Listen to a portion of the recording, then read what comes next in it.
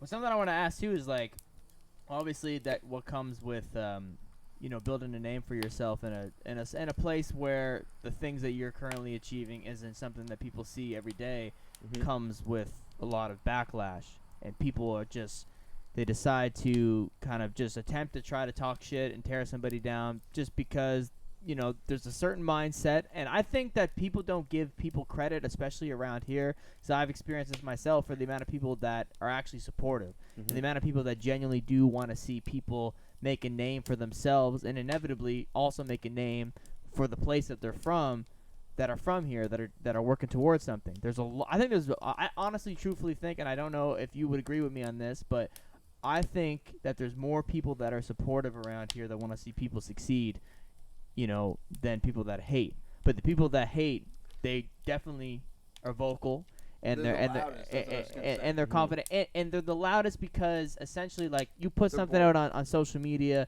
you're used to seeing the positive comments. The ones that are negative stick out, and and it's always happens because those are the ones that get your attention a little bit more. So, like, was there a period of time where you started to notice that kind of pop up a little bit more, and like, how did you deal with it? Like, did you have to, like, was there ever a time where you were responding to people at first being like, no, you're wrong, or blah blah blah, or like, that's incorrect, like, why would you say that about me, or whatever, defending yourself? Or were you always like, I'm not going to respond, I'm just going to stay focused? You don't seem like a very social media and I was always like that too, like with music and whatever I did. Like, there was always people like would, like, Mitchell Bailey rap battle me or whatever, and I'd be like, I wouldn't even answer. Every because party in high school was like, do a freestyle, bro. Yeah, and it's like, that's cool, but it's like, it's not like you want to go somewhere and do the thing that you do, like, when you're at home or what you're working towards. Like, I don't need to prove this to you guys. So it's like, did you ever have a moment where you were engaging a little bit too much in that, or how did you deal with I did. I used to engage quite a bit. Like, when I first started getting a lot of hype and noticing the negative comments and the negative messages and all that stuff, like, I used to take it to friggin' heart. Right. I was like, he's like, you don't understand how hard I'm working. Well, I didn't understand social media at first, and I feel like you're not that type of guy. I'm kind of like that too. It took me a long time to get into it. Like, I was taking it personally. So when somebody would say something to hate, I'm like, you want to fight? Right. Well, let's go fucking fight. What are you doing messaging me on this it's different too, because everything that you do, your success is kind of based around the number one, like, thing that is involved with people's egos, especially as a man. Like, guys want to feel like they want to outfight the next guy, or they want to be stronger and all that shit. Like, I mean, so with you, like, literally being the embodiment of succeeding in that would probably make a lot of guys that are insecure anyway be even more insecure and just talk shit to their friends. Oh, my buddy could take him or whatever. So when you're seeing those comments, like, was there, like, what was the time? What was it that made you kind of, like, mature mentally to be like, you know what I'm trying to work towards is bigger than all this shit, and I'm not gonna pay attention to this. I'm just gonna stay on my path and do what, like, the mission was in the first place and succeed in that. Once I stopped taking literally life too seriously, that's when everything changed. Like, that's when things started to change, right? Like, when did you do that? About a year and a half ago. I found that literally what you just said, taking life too seriously, I found after my first child came that I was like, I have something real to focus on, and it's probably like that with your career, where you have something so, like, that you actually have to focus on, that it's like people want to make all this noise and they want to talk all this shit. I literally don't have time for that. I also noticed something too, like, when I'm in public in the real world, right? Like, I have not once, and, like, not one time have had anybody in Cape Breton say anything to me, ever. I'm talking since like I won the Canadian title as a pro, right? Never, not one time. On social media, on the other hand, like, I've been going through messages like, holy shit. Well, that's what we were talking about before we started recording too. Like, I feel like even myself, like, very few ever have had interactions with people where they would call you out in person, because people don't necessarily like conflict in the first place, especially if there's no reason to start the conflict. You that step back level where it's like, unless you have to run into that person in person. I like to use this is a little theory. I don't know. Maybe someone else already created it, but I kind of created it on my own. I'm sure someone else did. But, like, when you go to the wildlife park, right, and there's, like, say you're walking through with your woman or whatever, and there's a bunch of kids up in the front, and you come up to the the cage with the bear, the cage with the cougar, something that's life-threatening. The cage with the wolf. You know that can kill you.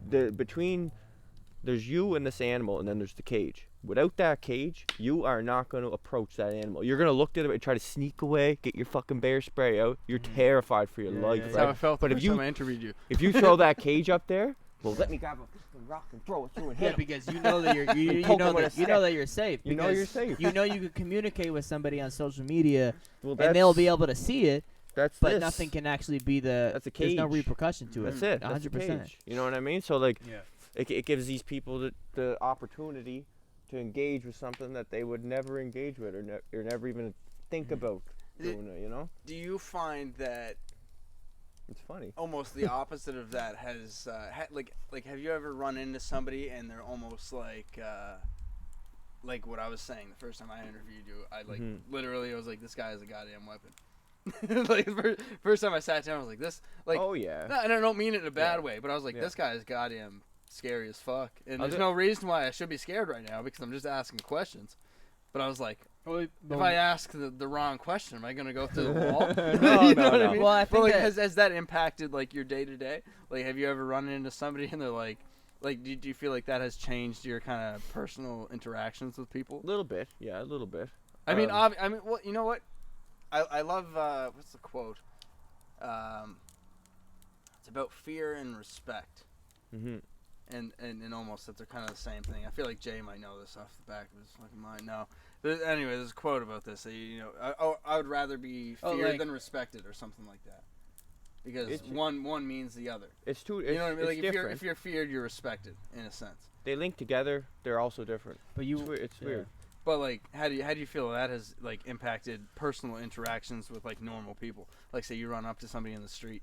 You know what I mean? And they're like, "Oh, Ryan," and you're like, "Oh," and I don't feel like people are scared of you. No, not scared, but it's just like it's all like I said before. It's almost like you're this different kind of like if somebody just randomly recognized me. Not that this podcast is big or anything, but like if somebody's like, "Hey, Mitchell," it's not like I'm turning around and I'm like somebody that could destroy their fucking life. You know what I mean? No, I get what you're saying. Like I try to nowadays like. We're talking. I'm sure most of the time it's pretty pleasant. 2016. Like, fuck you, Ryan. No, like I've had my slip-ups. We've all read newspapers, right? I'm not perfect. I've been charged a few times since I turned my life around. So like, you don't just straighten up and then nothing ever happens. There's been curveballs, right? Right. Yeah. Now, like. Things have been going good, and like I quit drinking. That was obviously the number one problem. Yeah, that's a big one. But anyway, like there's been times where people really like fucking Well, people also like prey on somebody that they want. A lot of people won't say anything about someone that they're secretly like hoping for them to have a downfall situation, and then once that they have a reason to justify why they might be like closet hating on them, they'll come out publicly and they'll feel like it's just free range to be able to say whatever they want. Oh, he was a dick to me in science class in fucking grade 10. Like I swear I saw something and it was like, man, he said that like this. I feel like a lot of people just pull shit out of their asses, and it's like.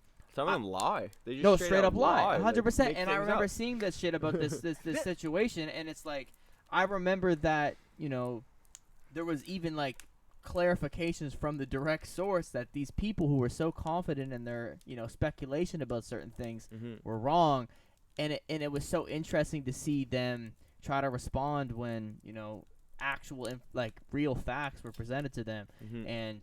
It's just so interesting because people think that when somebody is a public figure that is paid, a lot of people are paying attention to, and something happens, they read an article, they read some comments, and then they start to develop their own perspective of what is the situation, and then they just think that they confidently know. They believe it, and they believe it. They really they make themselves believe it because people like to believe. That's the bored narrative. People. That's people. Those people are people that don't have anything. They like to, but the thing is, like, people like to believe the narrative that is most fitting for what they want to believe, right? Exactly. Even if it's not necessarily true. Most people want to fit in too. That's a big problem with this shit. Is because like legit, like you could have gone to high school with like 100 people that have no real opinion on you, but some dickhead that they're friends with fucked with you, Mm-hmm. and you beat the piss out of them. And now all of a sudden, all of this one guy's friends are like, oh, he's an asshole. Fuck this guy. You know what I mean? Mm-hmm. Fuck his career.